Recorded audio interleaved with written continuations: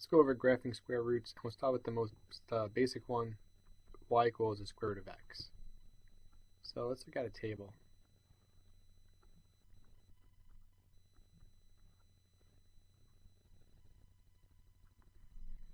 So if we had -2 and we put -2 in here, we'd have to actually do the square root of -2, which doesn't exist. It's imaginary. We can't do square root of -2, so there's no y value for -2, and there's no y value for -1. The square root of 0, though, is 0.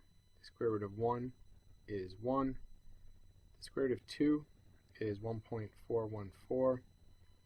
And then the square root of 3, let's take a look at what that would be.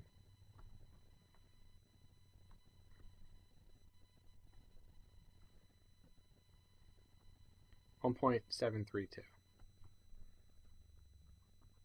So none of these numbers are very good. So what we should do is, if we're going to actually make a sketch by hand, is pick numbers that we can do the square root of. So let's start with 0, start with 1, then 4, 9, 16. So the square root of 0 is 0, the square root of 1 is 1, the square root of 4 is 2, the square root of 9 is 3, and the square root of 16 is 4.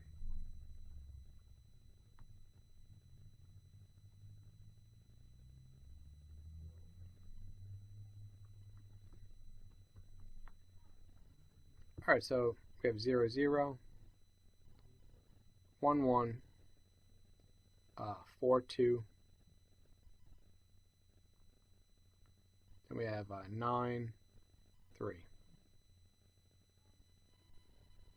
So you see it looks kind of like this. And it's going to follow this path, looking like it levels off, but never actually levels off. And it doesn't exist anywhere over here, because the square root of negative numbers don't exist. So this is the basic shape of a square root function. We could have a function much more complex like this. So what you have to remember is that if you add something to the end of the function, it's going to make it move up that number of spaces. So if it's +3, it's going to move up 3 places or 3 units. If you subtract from the x value, from the x variable, they're going to actually move to the right 5. If it was written like this, or if we had this function, this one's going to move to the left 7 units and down 6. So we make a quick sketch. This is what radical x looks like.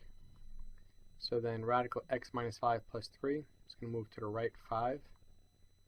And then up 3 spots, and it's going to look like this. It's going to start here and follow the same curve.